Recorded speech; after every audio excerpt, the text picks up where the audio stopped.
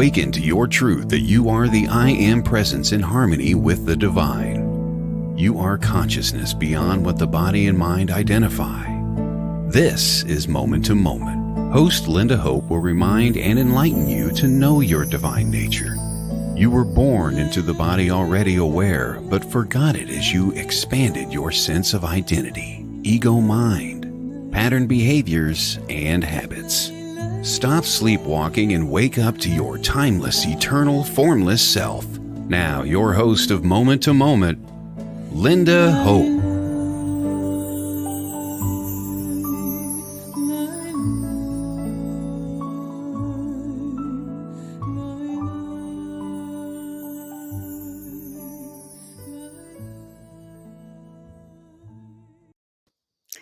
Welcome, namaste to Moment. I'm your host, Lynda Hope, and I have a special guest today that you will not want to miss. So please stay tuned to this moment. And as I mentioned in the past shows, why is this moment called, or this show called Moment to Moment? Well, this moment is the now. This moment is your essence, your divine source of who you really are. If you are present now, listening to my voice, feeling a sense of spaciousness and calm in this now experience, it's who you are. And my special guest, Sharon Berkowitz, will help you remember your essence, your true self. Because this is the essence, this stillness, this silence, this never-changing, connected, in love experience is who you were born as. As we know, the presence that we are now in this now moment is not the person, even though most of us believe ourselves to be a person with a name, identity, likes, dislikes, judgments, right? Our idea of who we think we are as it continues to change over and over again. And as we see our pattern behaviors over and over again, how are we going to actualize and realize our natural state? It's these shows that will help you affirm you. We're here to help you point your way back to yourself. The freedom of knowing yourself as truth, as love, as God, as universe, whatever you want to call it. Whatever that word that resonates within your heart, that calls to you, that knows your authentic self, it will be reminded and awakened during these moments. And so thank you for being here, taking the time to invest in yourself and to value yourself enough to awaken to your truth. And you'll hear Sharon Berkowitz and you'll hear her book speak to you, The Light Wisdom that she wrote. That's her name of her book. And she'll tell you her journey. So I want to position us in a place of receiving that beautiful message transmitted to you as I guide you in a moment-to-moment experience of meditation to ground us into that oneness consciousness that we are. So if you want, please take time to shut off your cell phones, unless you're listening on your cell phone, and you can keep it on, or your computer, but get rid of every distraction you have, right? Because distraction pulls us out of the moment. And let's just center ourselves as we breathe in a beautiful cleansing breath in and out.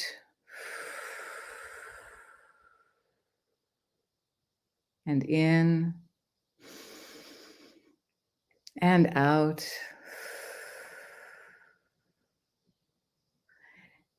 And I'm going to read a little bit from Sharon's book because it has a beautiful meditation message that will start this off beautifully. It says, please place your hands on your heart center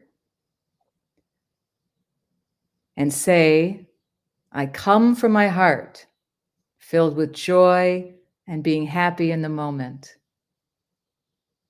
Peace fulfills me with the knowledge and wisdom for my choice. I respect myself to make the best choices to move forward in a sacred and healthy way. So beautiful words. In a sacred and healthy way.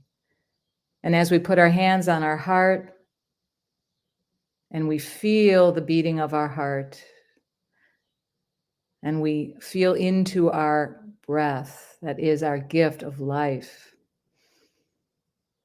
we know that this heart space is divine,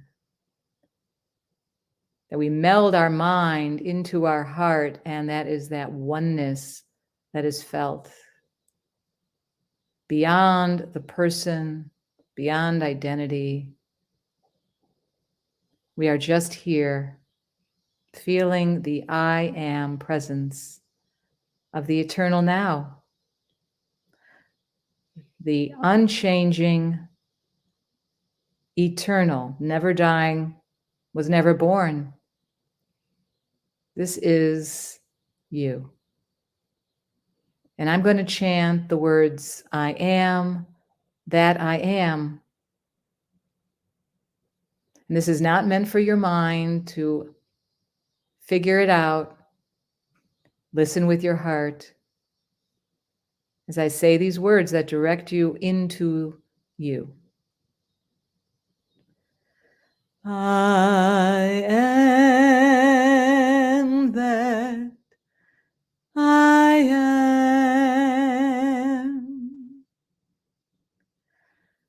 I am that I am. I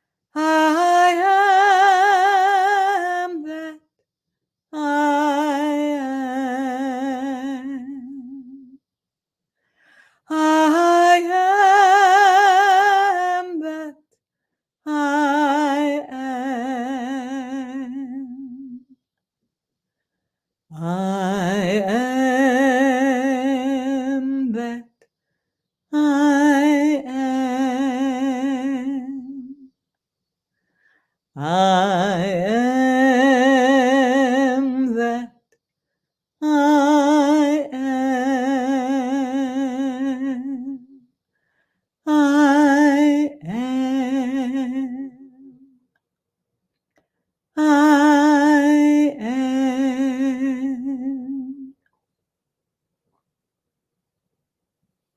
I am in this place of stillness in the now moment, complete, at peace and one. And love is all there is right now. And so it is my love and desire to introduce my guest. But first, a word from our sponsor to thank them with so much gratitude and love. But stay tuned, moment to moment, we'll return.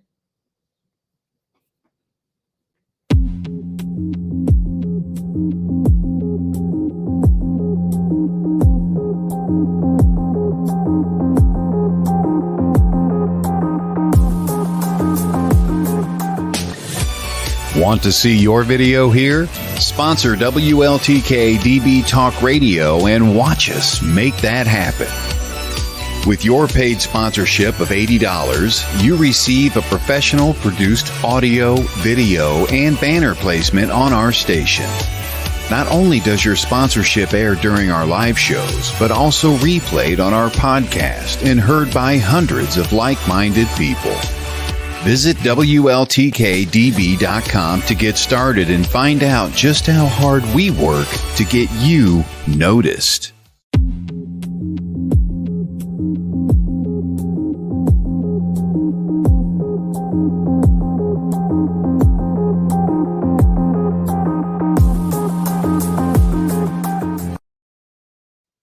Welcome back to Moment to Moment. I'm your host, Lynda Hope, and I am so excited to introduce my special friend and special guest, Sharon Berkowitz, who I have known for quite a while now. And we just feel like we're soul sisters. So it's such a thrill here. Sharon is all the way from Hawaii, live from Hawaii, the big island where I spent some time actually, and you can too. We can talk about that later. But Sharon started out, interesting enough, in the corporate world, but she soon realized there was more. And she has shared knowledge and her gifts in the healing arts for over 25 years. Some of her early modalities were Reiki, Akashic Records, and the Emotion Code. Sharon's recent writing of her new book, Light Wisdom, Awakening to Your True Self, is also based on Advaita Vedanta teachings. Knowing the separation never occurred. Sharon's mission is devoted to sharing her insight and wisdom to help assist everyone to realize that they are the enlightened one, seeing self-realized as one love. There's only one of us, and you're it. So welcome. I'm going to welcome Sharon into the room. Hello. Aloha. Aloha. How are you, Hope?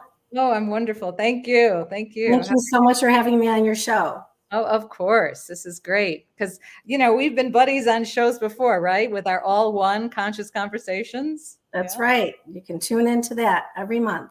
That's right. So we'll let you know about that later on. But how is the weather in Hawaii today? Oh, it's beautiful. It's about maybe 79, 80 degrees, and it's very sunny right now. Trees are whistling and with the leaves are blowing, and it's just really beautiful. Yes. Nice to hear the nature of the sounds of nature and the beautiful flowers. Yes. And we have one on our, I heard. Oh, that's not really. It's interesting to watch yourself. You're doing the opposite side. And I turn the other way. There it is. Wait, hold on. Okay. Yes. So I'm excited to get into our conversation. And I want to talk about your book a little bit. What is it about the book that you really want people to know? What you want them to read about?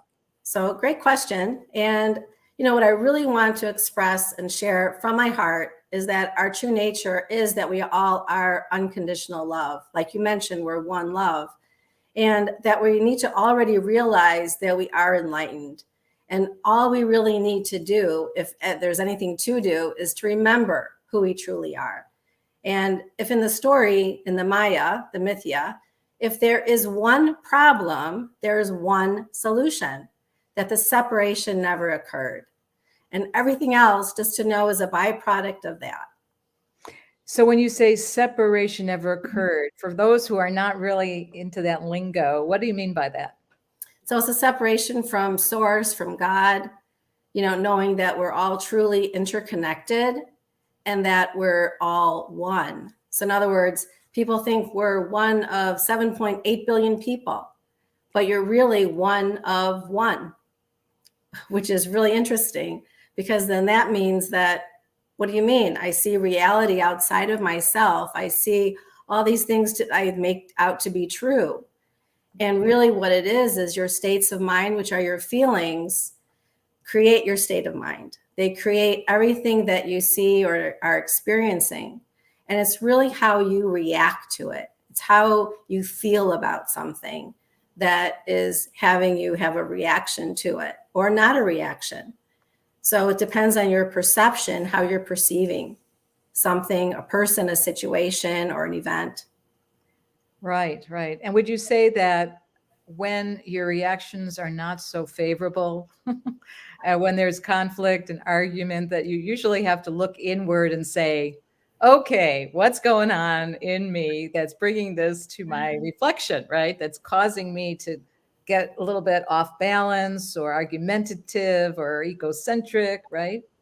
And that's the key. The key is that, well, if it's all of that, what you just said, you're in your egoic mind. It's your ego talking, analyzing, judging, comparing, and making it something. Is just to keep your interest in the ego. So the ego doesn't want to be annihilated or doesn't want to lose anything. And so when it keeps you trapped in that, keeping everything outside of you real, because it's all external, then the ego is doing its job magnificently. But you have to remember that you are a magnificent, luminous being, and that your true nature is awakened. Your true nature is not experiencing all the, the anxiety, the anger, the bitterness, the resentment, unworthiness, all of that, because that's all in the ego. And when we're looking at ourselves from a point of awakened or higher self consciousness, we're actually being able to perceive. We actually, and I'm going to use words to describe it, create a gap so that you're not in it. And that allows you some space to say, oh, Sharon's seeing that again, or is experiencing that. And I could take some of that away, take some of that angst out of what I'm perceiving. And then that way I'm coming from a higher space and then allowing things to unfold in that way. Right. So what you're saying is also witnessing, right? Witnessing what are you seeing is your thoughts coming across your screen of perception. Right. And a thought holds no power. Right. The thought itself has no power. It's what you give that thought. It's what you give the idea that all these things are happening in the world. Oh my gosh, another thing on the news to be afraid of, another thing to worry about. And really, that's your reality, but that may not be somebody else's reality. So you want to take a look at that and see what space that you're coming from. Right. Thank you. That was beautiful. And I think the second question you said, I'd love clarification with, is what is the soul and sacred purpose for all human beings? And that's an interesting question, because everybody wants to know, why am I here? What is going on here? Why am I experiencing this and they're not? And they told me this and I'm believing that now. What is that really all about? And the idea is to remember this is illusion. It's mythia. And not painting it pink, not saying, oh, it's not real, that it's not happening, because on some level it is happening, of course, but it's also your reaction to it. But just remember that this is made up. Your mind made it up and you're believing it to be true.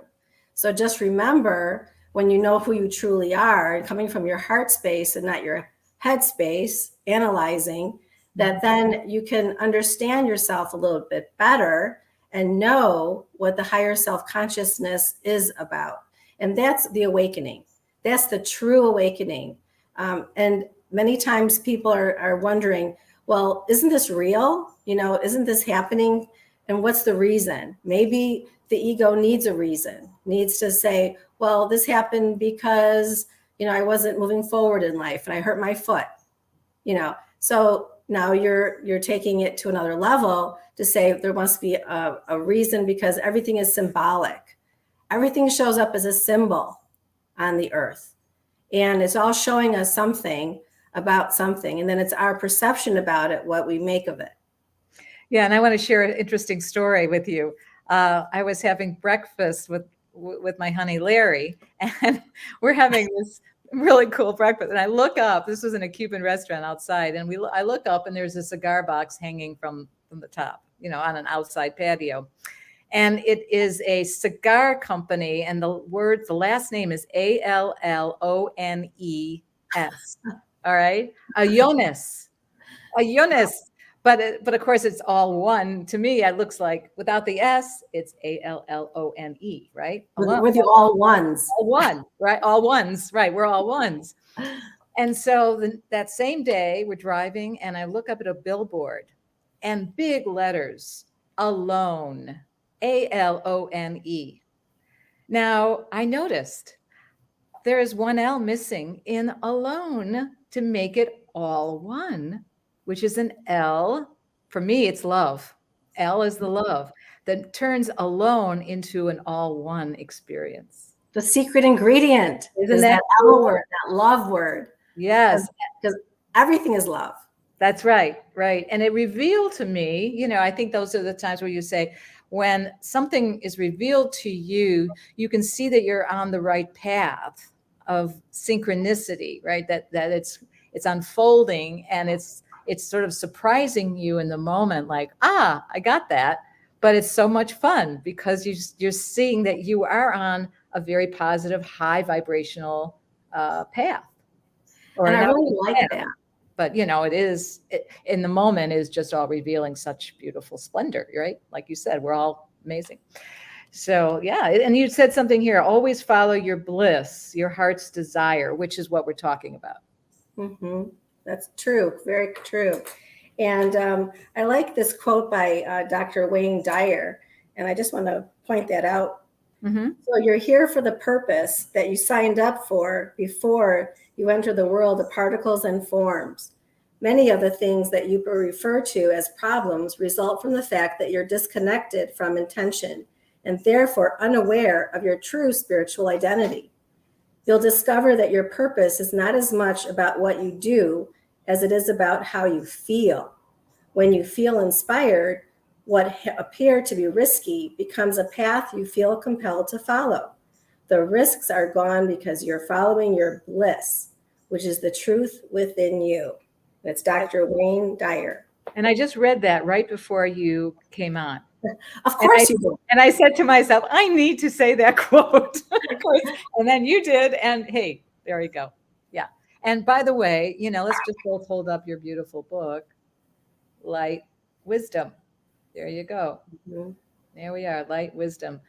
And it's amazing. I love reading it. It's an easy read. Well, it is easy if you if you're not attached to anything about it, right? Or your mind is not telling you, oh yeah, right, complaining or judging. If your mind is open and ready to receive the information, right, and you're hearing it with your heart, really, right? I think that's important, that this book is being read with your heart. Right. There's an openness that when you're open to receiving, that you're open to saying that I'm agreeable to this, or that it just allows you that space to say, oh, what else can come through? What other things can I hear from this? What messages can I receive that will give me a more thorough and compelling understanding? Something that deepens your integration, that really builds you up and brings you up to that higher frequency vibration. Because that's what we're looking to, is getting that higher frequency vibration that matches what's going on in our world. And even if something does happen and we have a perception about it, just know that it's how you feel about it. Because no one has the control or power over you unless you allow that to happen. So it's just being free. They call it moksha, freedom, liberation from all of the monkey chatter, all the things going on in the world that, we're all aware of. And just saying that, okay, what is my perception? How do I feel about that?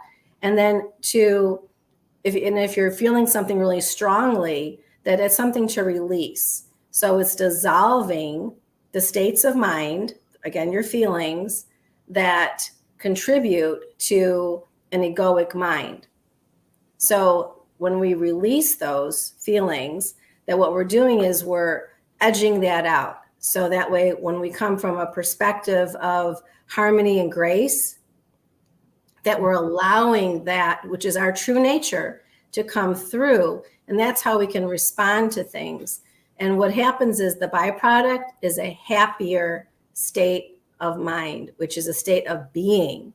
It's a being state. It's not something that you had to create. It's not something that you had to do. It just is the essence of that true love, that true nature of where that exists in your heart center, and just allowing that to come through. Yeah, that's beautiful. And now how does that explain karma? So when you're at that level of your higher consciousness, karma, the cause and effect of something, is non-existent. So that's like in 5D, where there's nothing that you're creating, there's no karma, there is none of that. Whereas karma and you're creating your reality is more 3D. Right. Does that make sense? Yes. It's like law of attraction exists in the 3D. Yes, of course. Because then that's what you're vibrating at, and that's what you're going to attract. Right. And then uh-oh. Uh-oh, I just attracted something I didn't want. I did not want Right. that. But And if that does happen, then you know that you can have an awareness, because right. your natural ability is awareness. That's your true nature. Whereas people say, oh, that's just human nature, having anger or being upset with somebody, but that's really not your true nature. That's just a superimposing those feelings, those thoughts on top of the true reality, which is the grace and the harmony and higher consciousness. So karma is duality. So knowing that you have, ups and downs and, good and bad, and you're judging this and judging that. And so you have cause and effect. So that's the 3D, that's duality. So that's the difference between being in a 3D and a 5D. 5D is your higher consciousness. Right, because we are conscious as people, but Beyond it's the limited. mind. But right, it's very limited. It's very limited. And that's the ceiling that you create when you have those states of mind. You're creating a ceiling that you can only go so far up, because you're limiting yourself with your 5 senses, going beyond the mind, going beyond your 5 senses, and going to the finite, or, you are infinite, but going to the infinite will allow you more of a peaceful mind. Right. And then you were talking about dissolving states of mind. Let's talk about that a little bit, because I love to talk about this because of patterning. We are just so patterned, right? And we're so habitual in what we do, and conditional. And yet most of us think this is normal, a normal way to live, right? Responding, hearing something and immediately reacting to it, and then regurgitating. Like what we've said over and over again, and how we felt over and over again, and pictures and projections of what I think they say we get 70,000 thoughts a day, and I don't know how many, 85 to 90% of them are what we thought yesterday and the day before that. Yeah. And guess what, Hope? Knowing that all these beliefs are patterned. They come from your patterning, and knowing that that's what your states of mind are making up your reality. Right. And so when we feel that anger come up, let's say, would you say that the anger comes up from having an expectation of something that's not met? Would you say that's something like that? Anytime you have an expectation, guess what? It may not be met. And then therefore you're having a reaction to it, because you thought something was going to happen, or you expected somebody to say something or do something, and it didn't get done. So you get upset and you get worried about it, and you're having all these thoughts. So the idea then is to say, okay, that's what it is. And you can save yourself a lot of time by not getting angry and just saying, okay, being an acceptance and awareness will help you move to the next level, rather than keeping yourself trapped and stuck in the vibration of anger. Well, some people think it's good to get anger out. They might as well let it out, because I don't want it to fester in my body. What do you think? Right. And as long as you do that, but it's not getting attached to it, just knowing that all your needs are met in the moment. And when you come from that energy vibration, rather than saying, well, I have to get angry because I'll feel better. I'm going to scream into my pillow because I'm going to feel better, and maybe you will, maybe that's just a byproduct of letting your steam out. People go and exercise, they take a walk in nature, they do yoga, they have conversations with their friends. You call a family member, maybe you need to say something. I got to get that off my chest, all kinds of things. So, but it's also knowing, coming from that state of awareness. And if you do get angry, just say, okay, Sharon was angry in that moment, she had to experience that. That's fine. And then move on. Don't keep yourself trapped in it. Don't judge yourself for it. So, venting can be good. So you can let go of anything, any of the resistance. If there's a way to let go of the resistance, then, do what works for you. Right. And like you say, let go of it, which means let go of the story. Let go of the story, let go of the drama. No, I want that story and I'm going to stick to it. Right. And that's our habitual patterning, right? We continue to create that same scenario of that story. And then our world, reflects that right back to us. Oh, there it is again. That's Right. to be mindful or awake that, oh, what I'm seeing in my reflection is somebody having a problem with what I just said and me saying something that wasn't so great. And look what's going to happen here. So I was not aware in the moment that those words were flying out of my mouth. I wasn't conscious, right? A lot of us speak, but we're not conscious. We don't pause before we say something to really say, is that really for our higher self? Is our higher self really speaking, or is it the person poison that's being released out into the world? Let's look at that before we speak. And chances are that when you're yelling at someone or being angry at somebody, that's your egoic mind talking. Mm-hmm. So people say, well, what's the difference? Well, the difference is how are you really expressing yourself?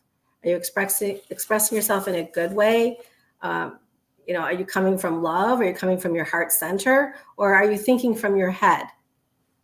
So it really just depends. And when you think from your head, then you're not coming from your heart center. So that's how you can recognize the difference. So it's recognizing of, what is yourself doing? Is it being in your smaller S self, or are you coming from your higher capital S self? And so that's how you can know. And isn't a lot of what we demonstrate as people is this fear? It's a fear-based. We're really afraid of this or that, and then we have this judgment around it, and we hold the essence of this fear or anxiety in our bodies, and it just sort of festers there, and we can't somehow find the words to express that or release it. I think that the world is. Let's talk about the world the way it is now. Isn't it really fear-based or judgmental and egocentric at this point? And what does that show us as? So what is fear-based? It's limited thinking. When you're coming from a place of fear, that you're in your egoic mind, that, does God think, oh, I'm going to be fearful today? So really, what is your limited beliefs about? Where is it coming from? And that is from the egoic mind, cause and effect, karma, and they say that, when you're of one mind, of one heart, and you're coming from a state of oneness where there's not duality and there's not egocentricness and so forth, that then, you can come from a higher place that resonates with other people at a higher level. That's why people sit with the guru, for example. It's like you want to sit with someone that's going to help you raise up your energy level, raise up your vibration. And they may not even say a word, but their energy, their essence is what raising you up. And it's actually yourself that's doing it. You're just recognizing a part of yourself in another person. And they're just showing you the way. So you can be a way shower. You could be the one helping other people. So the people that are here that know that they're awakened, that or are on that path, discovering truth, then that's what they're going to be seeing. And that's how they can express and help others on their path. So it's raising other's vibration up. So it's always good to seek out a partner, someone that you can resonate with, or someone that, you could, bounce ideas off of, to say, well, what do you think of this? Or I said that. And, just to, get further into discovery, and no one can tell you what it is. You need to discover it for yourself. And that's the neti process, right? I'm not this, I'm not that, I'm not my thoughts, I'm not my beliefs, I'm not my concepts, I'm not this person identity. What am I? Who am I? You're not the body. I'm not the body. I'm not this egoic mind. I'm not the pattern behavior. So what's left, right? What's left beyond all those concepts and beliefs that we have as we were younger, and we continue to continue to believe over and over, right? Beliefs are just thoughts we keep repeating over and over again, right? But if we're not all that, who are we? And that's the self-inquiry we talk about, right? Right. You could do self-inquiry that will allow you an opportunity to see the gift in something that's occurring. So you can say, why did that happen? And just sit with that for a moment.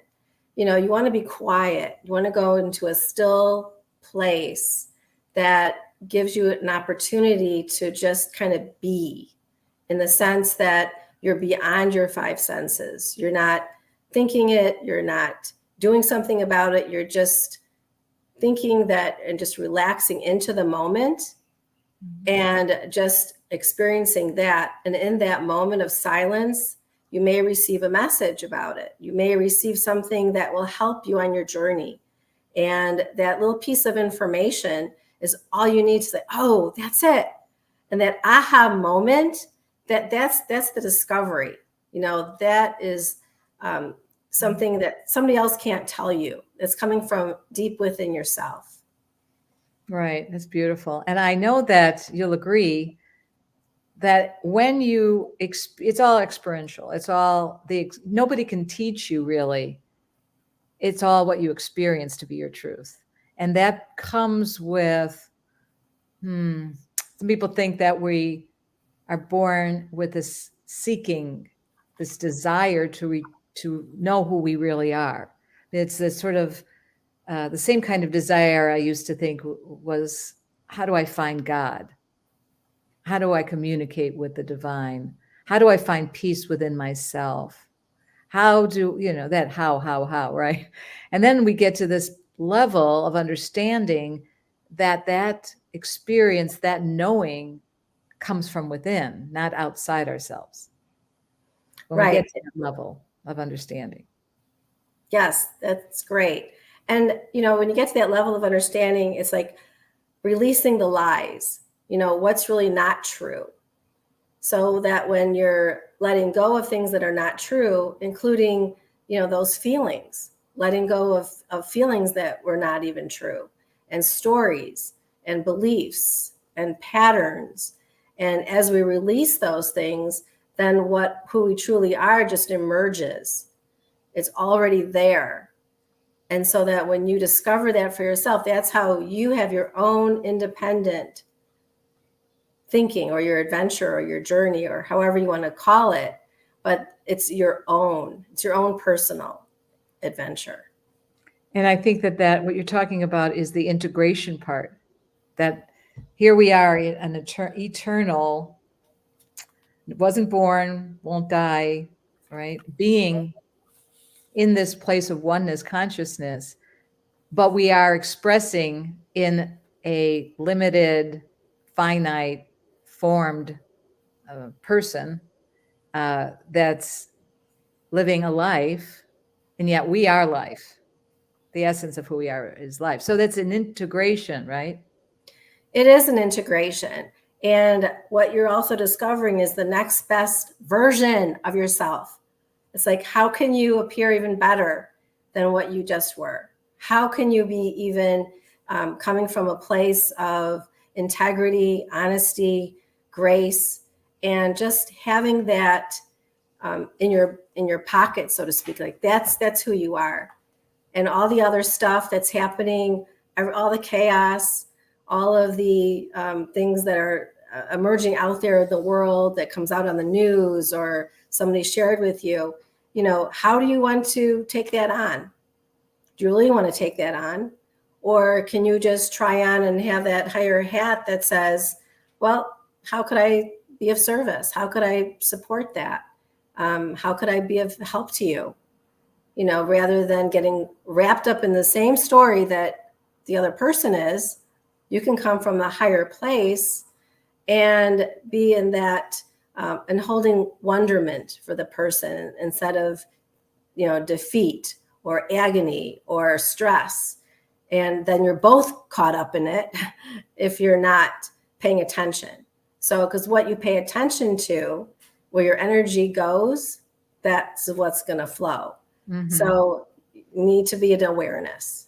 And so what you're saying is detachment is important, that you can be the witness of the experience like a movie, right? We're looking at a movie screen, and that's really your life.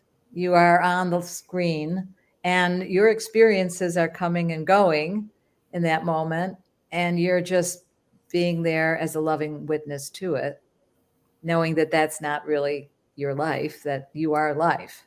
So in a way, it is a spaciousness of, and it's a stable place. It's a non-changing, right, within the changing. And know that it's all temporary. It's all what's moving across the screen. And know that, you're creating your reality, in that 3D. So if you're playing out a movie and you're caught up in the movie, just have that awareness that, I created that. And so why is it that I created it? What had me create that? Why did I write that script and had someone else read my script for me and show me something? Because they're showing you something about yourself deep inside that you needed to become aware of. Even in that moment, you did not have the wherewithal, that awareness. But that's another level. That's another way to look at something, to say, taking responsibility for what happened 100% and saying, okay, that person said something to me. Let's take a look at that and say, oh, do I need to know something about that? Or can I just let that go? So it's also how you respond. You don't want to go through a mental gymnastics where you're just going this way and that way, and someone said something, you get caught up in it, and then you want to share it with somebody else, and you bring someone else into it, and you're creating this whole big conglomerate story. And so what you're doing is you're creating more of a story. It becomes a drama, right? It becomes a Yeah. mini drama. And people are attached to drama. They love it. Yes. They want to see what they could stir up. Or if something isn't being stirred up, something they think, oh, something is bound to happen now because it's going this way. So, but just kind of be in that awareness. Yes, and it's not easy to be in awareness when you are caught up in the drama. That's the interesting part of this, because if, I realize that in the morning, I have a ritual. I have an integrated ritual. I get my coffee. I get up, get my banana. I have to slice it a certain way. I sit in my chair and I watch Mooji on YouTube. Whatever pops up, that's Mooji, Mooji on YouTube. It centers me. It reminds me of the essence of who I am, and he is truly enlightened. And like you said, if you're in the company of those gurus, and he doesn't even call himself enlightened, because that's how humble he is. And then there's a sense of knowing self in this place of love and joy that just permeates the rest of my day. Otherwise, there could be another version of Lynda that goes out the door. And I say Lynda, not Hope, because, that can go out the door and be cranky and not be in her truth and experience all kinds of drama. And so it's very, very crucial for this Lynda Hope to do her due diligence in the morning. And I think it's important. I think we all need to ground ourselves in that knowing and value that more than anything else. Would you say? Oh, I agree 100%. Because what you're doing is you're creating your foundation for the day. It's like you reset, you go to bed, go to sleep, and you wake up and you're resetting your day. It's like, how do I want to express my day? Is there a way that I could have an even better day? So you can imagine how you want to feel for that day. Is there something that you're going to have a meeting with somebody? How do I want to feel after the meeting? And present that to your mind. And you accept that. Are you accepting now what you're creating? You can also say, oh, I'm going to have a wonderful conversation with my daughter. And I'm going to know that I'm going to feel really good speaking with her. She's going to feel good speaking back with me. And by the time we hang up with our conversation, we're both going to walk away feeling really good about this. There's other things you could, have in your mindset that, oh, this is how my day is going to go. Or you can just say, I'm going to just let it unfold. I'm just going to say, oh, I'm just going to, just see what happens. And what it is what it is. Because I'm not going to demand. I'm not going to be angry about something and project that. And everything is a projection out onto something else. So just always know that you're projecting your own beliefs and your patternings out onto someone else or an event.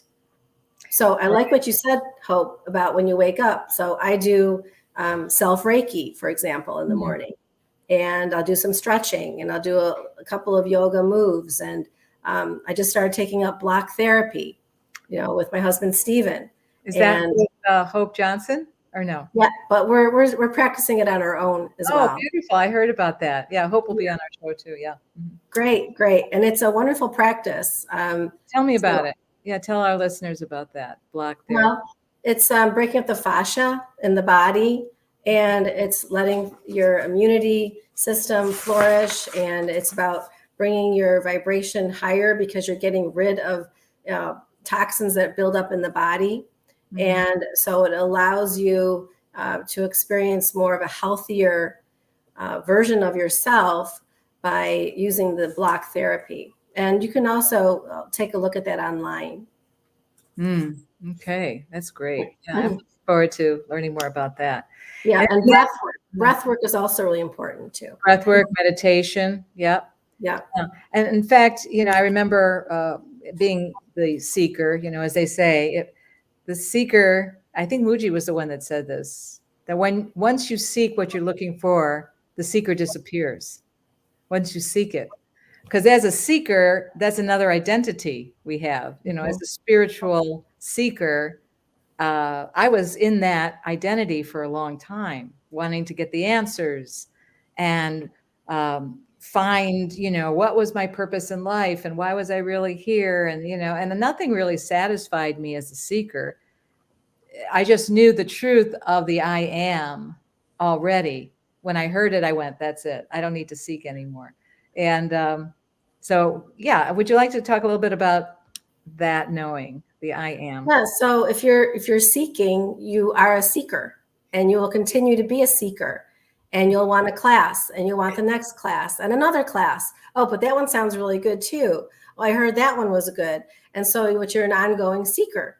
So seeking means exactly that. But when you just, like you said, go within and go to a level where you can integrate and just be with yourself and just let the messages come through, you're having divine guidance. And yes, sometimes you need a teacher. You need someone to help guide you. And that's great too. So whatever you're feeling that you need, that's what you need in the moment.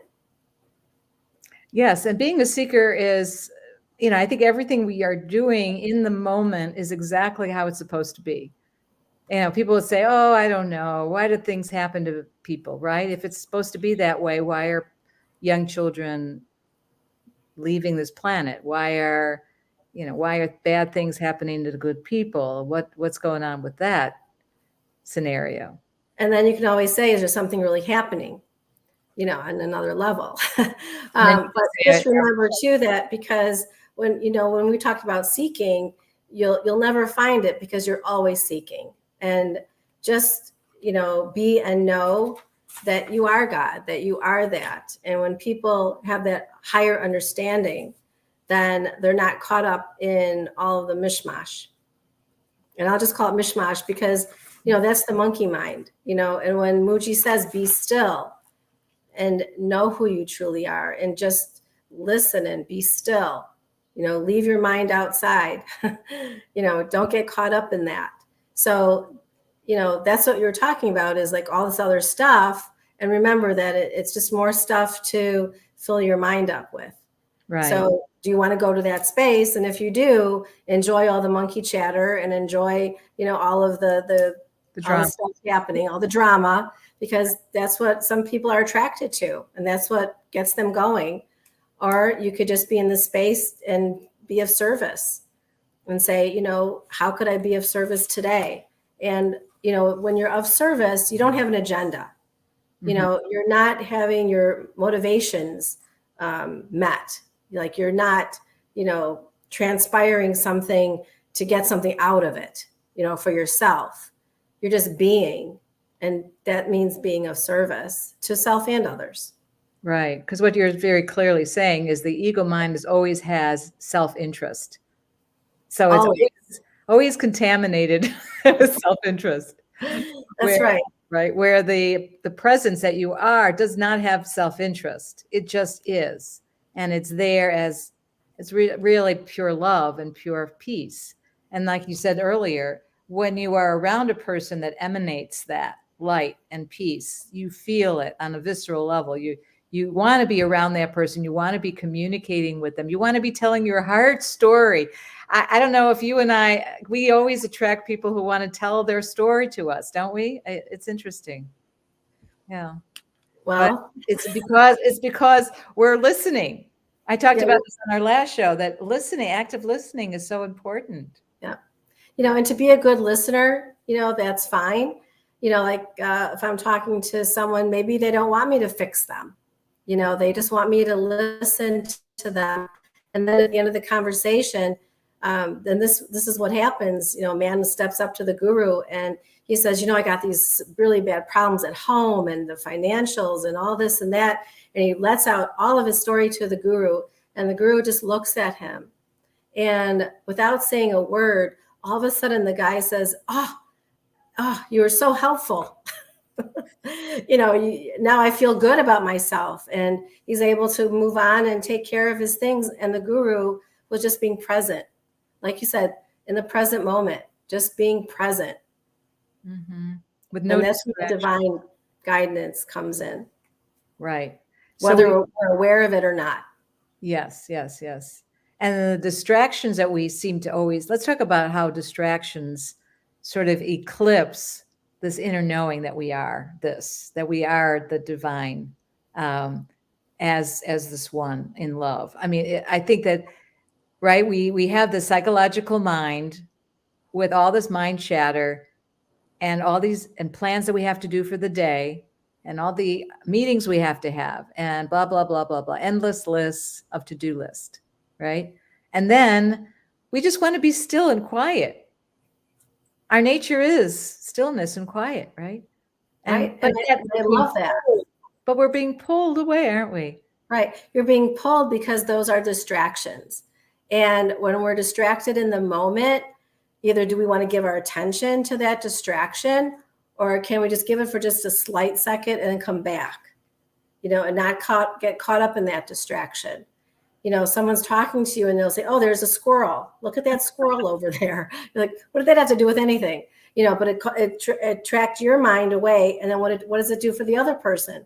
It takes their mind to the squirrel. Okay. Yeah, there's a squirrel. Okay. So it's all about, where do you want to focus? Where does you want your attention to go? And that's what media wants. Media wants you to get involved in the story. They want you to get hooked. So if you're allowing your egoic mind to get hooked into anything, then that's what you're doing. You're not coming from your heart center, you're coming from your ego.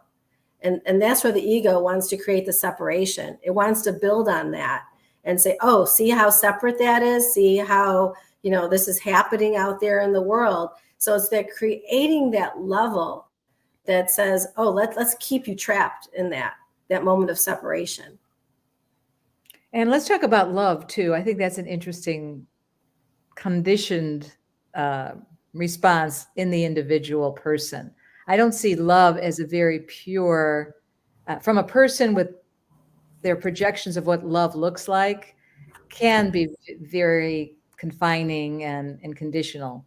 But the pure love that comes from the place of one, of source, is love of all, right? Is the love itself radiating. Can we speak a little bit about the differences in that? Sure, absolutely. So when we first understand that when we're in our ego, I'll love you when, or I'll love you if, you do something, or I'll love you because you did something. That's not coming from unconditional love, because you're putting a condition on loving something or loving someone. You can say, I love that scarf on you. Wow, that looks great. Or I love what you said. Oh my gosh, that just meant so much to me. When you're coming from a place of no motivation, of no motive, that, it has to be a certain way, or, if it's not done this way, I'm not going to love that, because it wasn't done my way. Well, love So, does seem to have control associated with it. right. And remember, control is dualistic. When something has control over, right, Mm-hmm. that's indicating that there's two or more. Right. So in the mythia, in the illusion, we could say, talk about, well, this is love because I'm a mother, because I said so. Or, you will listen to me because I said so. Yes. Because I said so, right? That's all there is. That's all you need to know. Or, right. Or anything like that. So, that's all playing in the ego. But then when you look at something that is just love, just unconditional, that there's no condition with it, that you can say, you know what, this is just what is, and you're accepting of that, then that's where you can say in that space that this is all love. Love is, and it's also bliss, single, unity, knowledge, wisdom, however you want to look at that. And it's a beginningless and endless. So there's no beginning to something. Like when we say, well, in the story, this is the beginning, and then there's an ending, that's all temporary, because it's not beginningless and endless, which is infinite. But knowing that you really, truly are infinite from your core, and everything else is superimposed over that, including your feelings and your beliefs and your patterns. And I said so, Yeah. all of that. Right. And that's why when I was younger, and I think I told you this before, I had panic attacks thinking I was going to die when I was a little girl.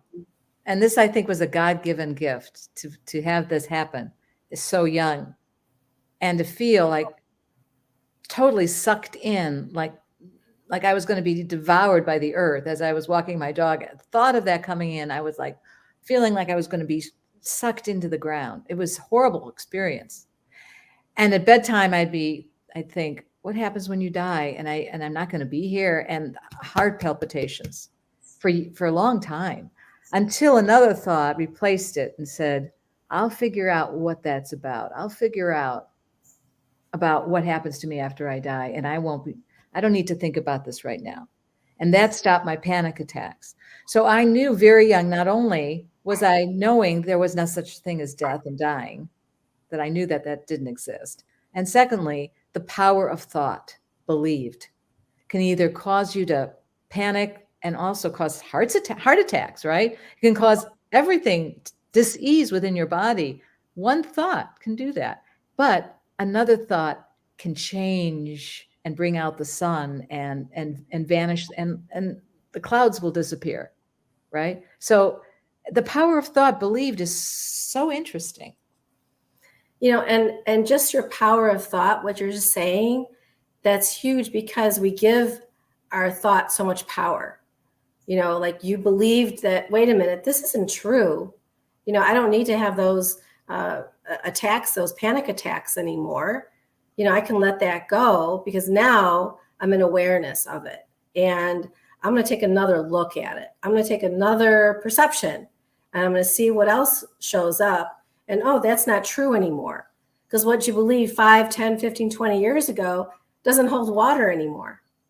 Things have changed. You've changed your mind, right? When you want something to happen, take another look at it. Change your mind. Right. And then something else will show up. And that's how things are working. That we say, what is the law of the universe? What are the true laws here?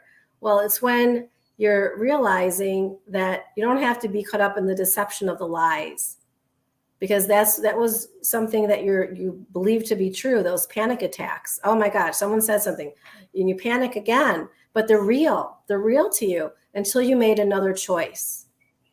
So when you made up your mind to have another choice, then that changed that whole experience for you. So as an adult, you don't have to experience those panic attacks. Now you've changed, and you've gone through something, and it allowed you freedom. It gave you freedom from that because you allowed yourself to be free, full.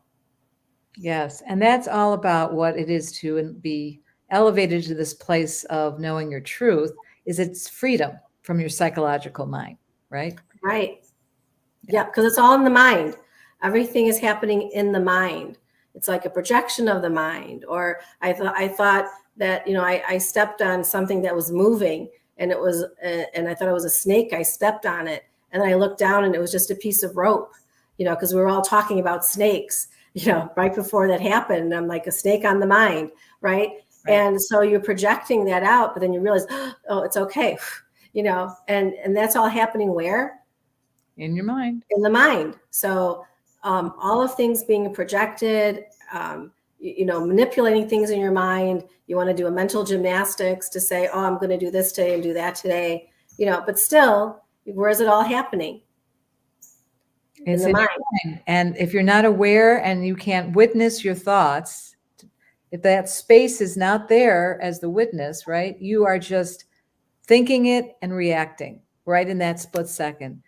And that's why I think meditation, I speak about this all the time, is why meditation is so crucial, is that not only does it help you, the mind chatter becomes less and less and less, but it gives you that space between witnessing and reacting.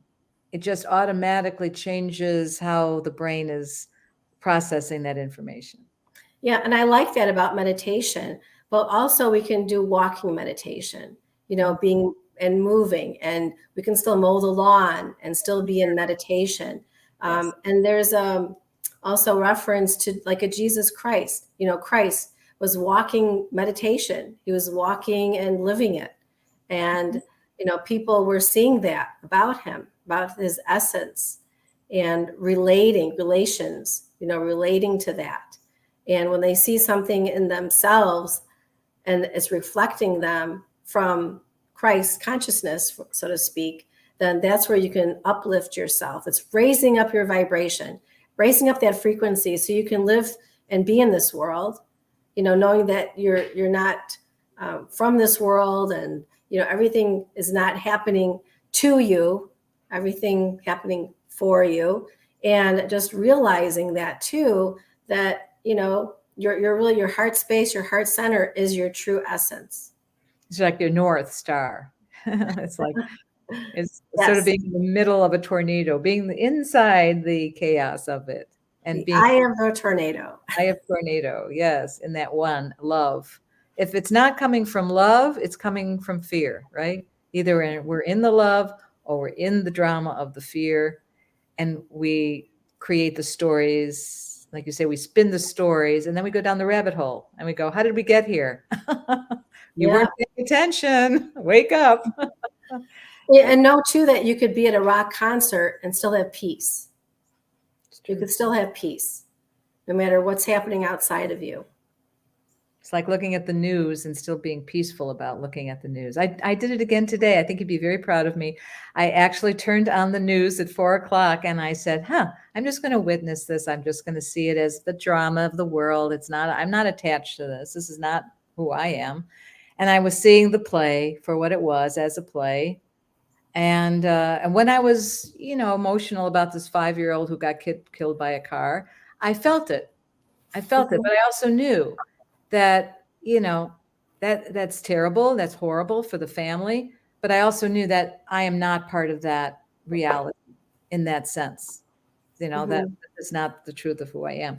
So it's interesting to be able to live in this oneness, and also to be able to live in the world, but not, I guess you say, not attached to it. Right. And I want to read a quote to you. Please, by Ramdas. This is from Rumi. So it was an R. Oh, wow. Okay. Okay. So one day you will look back and laugh at yourself. You'll say, I can't believe I was so asleep. How did I ever forget the truth? How ridiculous to believe that sadness and sickness are anything other than bad dreams. Speaking of dreams, isn't dreams just another form of our awakened state of the essence? This is a dream and the sleep is a dream. And would you say that that's the same? Did you know that you call into your dreams what you're thinking about or what you think that you need to learn about? So at night when you're sleeping, maybe you called some friends into your dream or people that you don't know, and then they're symbolically showing you something. But you wake up and you say, oh, that was just a dream. Thank goodness. Well, guess what? That was a dream. And this is the waking dream. And this is the part that people are a little bit like, what do you mean it's a waking dream? I'm real. You're real. You know, my husband's real. It's right here, Stephen. Right. And anyways, I think we're real, but we don't want our mates not to be real. Okay. That's right. Only when you need that. Okay. Exactly. But the idea then is to recognize and realize that you're in this dream state, the turiya, the dream state, the highest state of awareness. And just knowing that, again, that who you truly are and that this is the mithya, the illusion. So the biggest number one lie is that there is separation, and the answer is that the separation never occurred. And the second biggest one is about illusion and time, the illusion of time, thinking that time is real. Right. But it's structured that way, so that way we could operate, we could talk to people, we can communicate, and that's how we work through time, but also have the understanding that time is an illusion. Yes, time is an illusion. Because, well, it's hard to see that when we're focused on the person and our agenda and our plans. And, you know, we had to get on the show at 7:00 and your time was 2:00, 5 hours earlier. And right. But we can understand that there is that structure for our benefit of playing in the dream.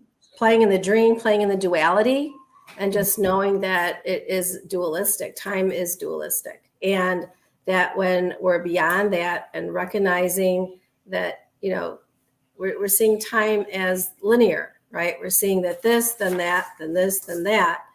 And that, but time recognize that it's separation. It's like, well, if this, then that, if this, then that, that means two or more. So just remember that that's a signal of duality. So just recognizing it. That's all this is saying, is that recognize and be awakened and just know that, and not to get caught up in this, in the dramas and the stories, and knowing how to release and let go.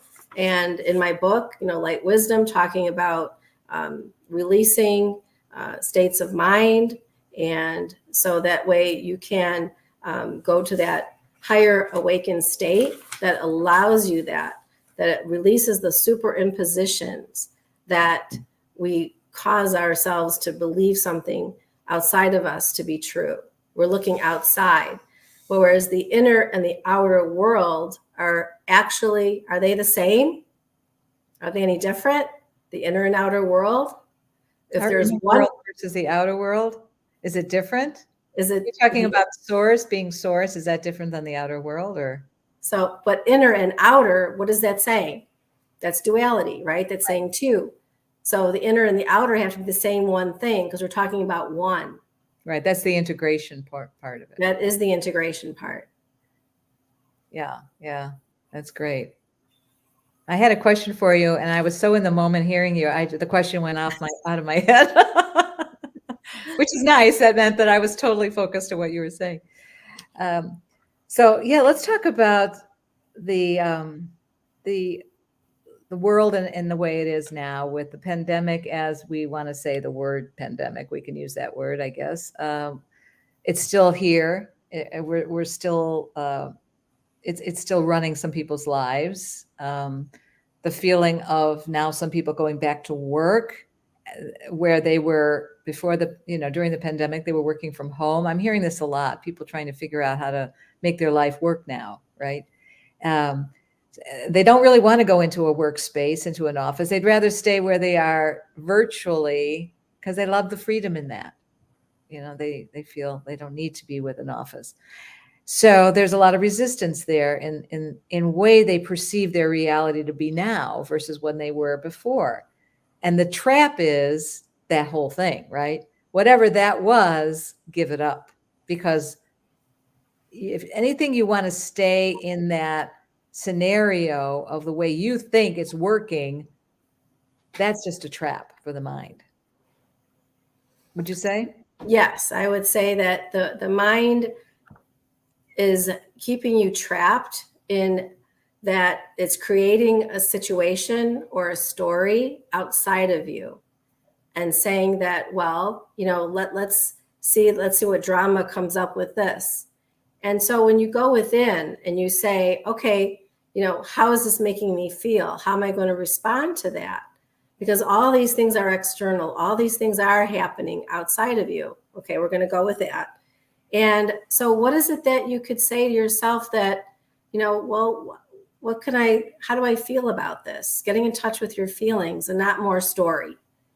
Not hearing more, well, then this and that's going to happen. And they haven't even touched on how they feel about it because they want to continue in their story. So it's really, like we said, getting still about it. It's like, okay, take another perception, see it differently. When everyone was staying at home, for example, and not everybody stayed at home, but most people did. What is that saying to yourself? What do I need to see? Am I showing myself that what can I do differently at home? Am I going to raise my children any different? Am I going to take a different job that would have me work from home? Does my current job allow me to work from home? Different scenarios show up. People now working at home, they have their family at home too. So now they have to create a space. So, but things just, as you go through it, oh, that turned up. Okay, let's see what that is. Let's see what it is. So not getting caught up in the drama of it, but just saying, okay, let's see what's next. Let's see what happens. And even though, too, what Mooji says, there is no next. There is no next. It's just what's now. What's coming up in the now, in the isness of it. Right. The opportunity that's coming up now, responding to it now, instead of using the now to project, what am I going to feel like in the future? Because that's where you do that a lot in the now. We start worrying about what's coming, or we focus on what happened, and we forget all about what is being seen right now as a blessing that's unfolding. Right. People are getting caught up in the past or the future and not what is now. And so, but when we just experience what is in the now, then we allow for things to come through on a higher level. And it's all out of love. And that's why it's so beautiful and feels so peaceful, because there's just the heart is open to receiving, giving and receiving. And nothing has to happen inside anything else, really, right? It's all revealed in the now. And that's the moment to moment is just a reminder for all those listening. I mean, I know we're running past our hour because I'm just having the best time with Sharon, and we're talking this moment, and we're allowing this moment to take us to the next moment. And I'm not worried about time. And you're not worried about time. No, we're fine too. And Todd, our producer, is not worried about time because he said, you have all the time in the world. Great. No, he really doesn't say that, but he doesn't say that. But he says, go for it. Go for the time. So thumbs up. Yes. Thumbs up. Good. So yes, all those listening on YouTube or all the platforms that are available through WLTK-DB, we're so grateful. And when you see the rerun of this, please spend some time listening without distraction, because what we're offering you right now is the opportunity to really embrace that which you are and know your truth and know your wholeness and your completeness and your perfection of who you are and the love that is already there in you as you, because nothing else matters in this world. And like Sharon said, if you look outside yourself, you're going to see things that you don't particularly like, and that you may decide, I'm going to wrap myself in the story and continue that path of not waking up. It's easy to do that because we're so habituated that way. But there's a point where you have to want freedom more than anything else. You want to know your truth more than anything else. You want to get away from the drama of the world. And this isn't really not an escape from that, but it definitely helps. But it is the knowing that you are this and that you don't have to engage anymore in conflict, in debate, in frustration, in worry, in all those negative emotions. Isn't that amazing? Just this alone will change all that. And let's talk about the states of mind, because what are the states of mind that we go? What are the patterning that we see in the human dynamic? What's important to recognize, Hope, is that there's not only negative states of mind, but there's also positive states of mind. So the mind is composed of all of that, right? Yeah. So the idea then is to, when you dissolve the egoic mind, okay, you're dissolving all of that is duality. Okay, the happy, the sad. Wait, I have to dissolve happy? Are you sure? Right. So, but it is all part of the duality of the egoic mind. And recognize that when it's dissolved, it's almost like you get a grape juice stain in the carpet.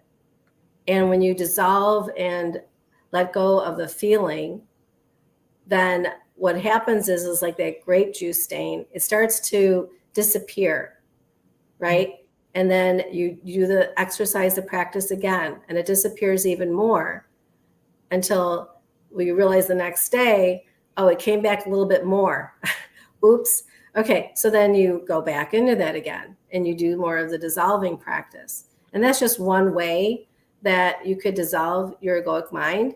The other thing is that you can just make choices, make a different choice, have a different perception. Doesn't mean that you have to do anything, but some people want to practice. They want something that they could touch, they can hold on to, and that seems to massage the mind into thinking that, oh, this is helping. And at some level, it is helping because you're actually doing something to help that. Does that make sense? Right. The mind, like you said, the mind needs something to do. So that's why we say meditate or do breath work or do Reiki or do some energy boosting kinds of practices, right? To align yourself into that place of receiving that energy, or to knowing. Right. So you're letting go of the resistance. Right. And then what you're doing is that you're allowing yourself to really shine, really opening up those rays of light that of who you truly are, instead of, keeping it, shut down, or, thinking that, oh, I can't say that, or I have to be a certain way, or just something along those lines that keep that trapped, keep that ego trapped. And because the ego wants to protect itself. So it's going to do anything and everything it can, all those distractions, all of the things that say, oh, you can't do that. That never worked before. That's all the ego trappings. Just know that that's not your higher voice speaking. Negative self-talk. Yeah. Yeah. And that's Correct. What we do. That's what we do. And I think there's a lot of low self-esteem in this world because of the ego mind. And it is, like you say, people think things are being done to them. Why is the world so cruel? Why don't I get a better job? Why aren't I not making money? And in that flow of, if your mind is in control of you that way, it's like, it is a trap. It's a trap that will continue to keep you hostage until you wake up and see that that's not true, that those negative thoughts The ego mind is not there to help you, even though it's very slippery. I've noticed my ego mind slip behind at some point and go, oh, you think you're so cute. You think you're so enlightened. You think you're so right. It can do that. It can slip behind your sense of self and sort of give you a thought or a doubt or, who do you think you are kind of thing. And you have to just realize, there it is again. Right. And the ego is the biggest trickster. Just think of it as being a trickster. And it really knows how to fool you. It really knows how to, get somewhere with you. And just know that it's playing out that duality, the game of duality. And so when we talk about the spirituality piece of this, is saying, okay, I'm practicing to become more spiritual, or doing things to help myself to move ahead. It's like, just remember, we're in an evolutionary environment. It's like, okay, moving forward. We don't want to go backward. We don't want to go in the past and say, oh, that was the best yet, and the worst is yet to come. No, we need to take this as a stepping stone to say, okay, from here we're going to launch. We're going to lift ourselves up, and we're moving forward. So we're going to make this even better. And so the idea is not to be caught up in the past that holds you trapped, that keeps you in that persistence of the egoic mind.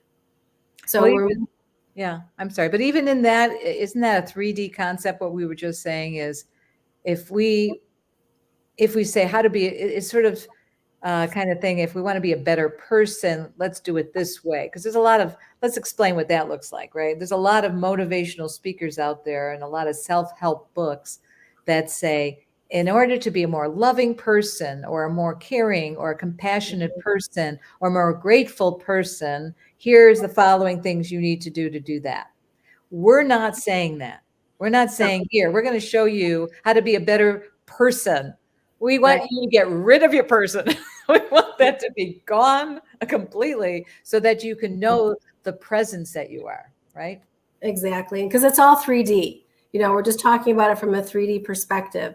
Like, if the mind needs a way, or the mind needs to think of something, and again, they're just pointings. It's like pointing to something that will help you to see something different. So it's just to go through that exercise if the mind needs that kind of exercise. But we also know that's an illusion, though, that we need to know that. Right. But just knowing, we said everything's the illusion. Right. That's right. That's right. Exactly. But that's, that's the interesting part of knowing this and yet dabbling in that, because sometimes that can distract also. And then all of a sudden you're the person again, loving to do yoga and even meditation is a 3D concept. Right. It's remembering who you are. It's all coming down to that, remembering who you truly are. That's really the most important thing. Yeah. So I want to read one more quote from Mooji. Okay. Or see, this is Papa G. Ah, great. That was Mooji's teacher, Papa G. Yes. Thank you. Mm-hmm. Okay. So, have you seen God? Can you enable me to see him? I cannot show you God or enable you to see God, because it is the seer. It is the subject. It is not an object to be seen. You alone are God, not outside of you, and God never left. It's difficult to find something when looking in the wrong place. Where should you look? Brahman is everywhere. No place where Brahman is absent. Brahman consciousness can be found within as your own self, Atma. And that's again by Papa G. Yeah, that's so beautiful. And yet people will say, who do you think you are? You're saying you're God. Oh, yeah, right. Yeah, fine. Well, you know what? What seed are you coming from? If you're an avocado seed, you're going to produce an avocado tree. Mm-hmm. If you're a divine seed, you're actually divine yourself. And there's no separation. And that's where we find religion to be separating us, because we each have our own identity of what our faith is and what our beliefs are within that religious context. And a lot of wars are fought over that. A lot of beliefs, like Mooji said, what a belief in itself can be harmless, but then a belief can also cause a war. And it is that strong a conviction that people have of what's right and wrong. And then in this world particularly, we see so many opinions and convictions and beliefs about which candidate we should vote for, or what drug we should take or not take, or a lot of separation in the world that's so dramatic that I don't think, not that I'm saying that this illusion hasn't happened before in this intensity. I'm sure it has. But it is all for us to awaken from it, from the delusion, because it's so, what else are we supposed to do? Who are we supposed to believe anymore these days? I mean, there's nobody to believe anyway, especially ourselves. That's the funny part. So we're closing up at 8:30. We have 5 minutes, but I'd love you to finish up. I'd love you to say maybe a closing comment or a word of wisdom. So the answer to everything is love, right? And to go within, go to your heart center, go to your heart space. And in this heart space, we discover our true self, our true nature, self-discovery. It's like your self-discovery channel. It's like everything that you need is all within yourself. You have everything you need to be the superior being who you truly are, gifted and unique in your own eminence. And that's who you truly are. And just knowing that, remembering the true nature of yourself, your divine nature. And that's exactly who you truly are. So beautiful, beautiful. Thank you. And you're just glowing. You have that light of wisdom that's glowing, and we're so grateful to be in your presence as presence. And I'd love to let the viewers know how they can get a hold of you if they want more like one-on-one coaching in this, learn more about your book Light Wisdom, they can get on Amazon, and be part of our All One conversation too. We'll send out information. So here's Sharon Berkowitz. Light Wisdom is the book, and you need it for your library, your spiritual library, or your oneness library, whatever you want to call it. SharonTheLight@yahoo.com is her contact information. She's also, again, a Reiki and also an Akashic reader. And I've had the privilege of having you do readings for me, which were like right on target. It was amazing. So very profound. And we're so grateful to have your presence here. And if people want to get a hold of me for anything, Lynda@LyndaHope.com. My website also is LyndaHope.com. And again, I look forward to seeing. Now, next week, we're going to take a little bit of a break. You'll see us maybe a rerun. The following week, we'll be back, and more guests will be appearing beautifully moment to moment on our show. And I know, Sharon, you have to come back. Will you come back? I would love to come back. And Lynda Hope, this is great. I'm so glad you're doing this program. You're absolutely wonderful. I adore you. Love you. I love you. It is mutual. It is in oneness that we are sharing these words of pure gratitude and admiration for each other, and that God brought us as one together, and for us to go forward in this world to awaken those to their divinity and to their preciousness, their marvelousness, their uniqueness, and their everything in the present moment. And so moment to moment, please tune in anytime. You can see us on reruns on YouTube as well, on youtube.com/WLTK-DB live talk radio. So again, Sharon, love you, love you, love you. Thank you. Okay. And hey, thank you, Stephen, for the applause in the background. And we'll see you all next week on Moment to Moment. Namaste. Aloha. Namaste. Aloha, everyone.